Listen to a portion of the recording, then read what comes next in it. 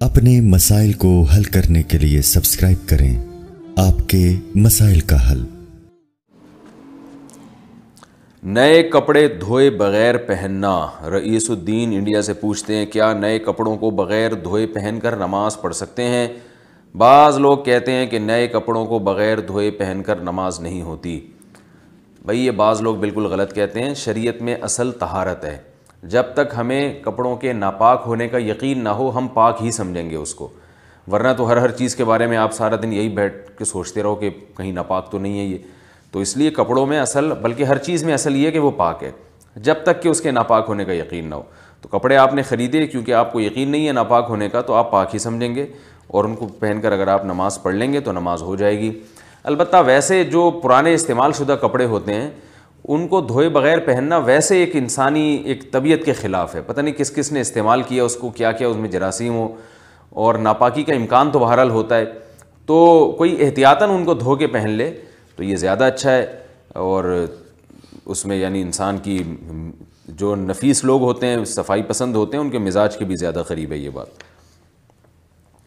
دوسری ماں کی اولاد محرم ہے یا نامحرم، یعنی سوتیلی ماں کی اولاد۔ میرے والد صاحب نے میری والدہ کی وفات کے بعد میری خالہ سے نکاح کیا۔ خالہ کے پہلے سے 3 بچے تھے۔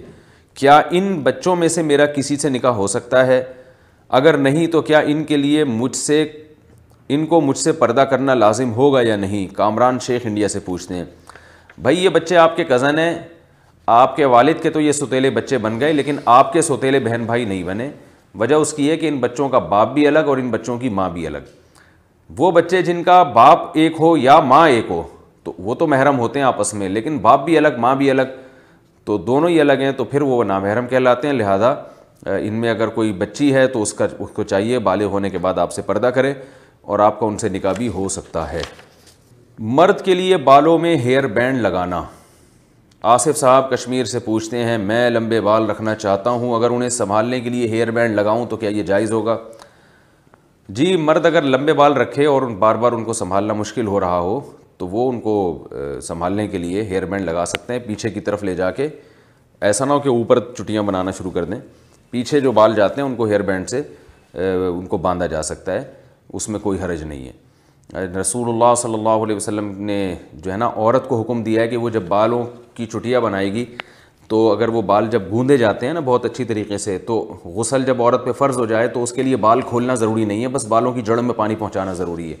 اور اس کے تحت فقہاء لکھتے ہیں کہ مرد نے اگر بالوں کو گوندا ہوا ہو اور اس کی یعنی گویا کہ ایک طرح سے پیچھے چٹیاں بنائی ہوئی ہو تو مرد کے لیے بال کھول کے غسل کرنا ضروری ہے۔ تو اس سے پتہ چلتا ہے کہ اس زمانے میں مرد بھی بڑے بال رکھتے تھے اور بعض دفعہ سنبھالنے کے لیے ان کو باندھ بھی دیا کرتے تھے۔ تو اس لیے اگر مرد نے بڑے بال رکھے اور کہیں بھاگنے دوڑنے میں مشکل ہو رہی ہے تو وہ ان کو عارضی طور پر ربڑ بینڈ سے یا کسی بھی چیز سے وہ ان کو پیچھے باندھ سکتے ہیں۔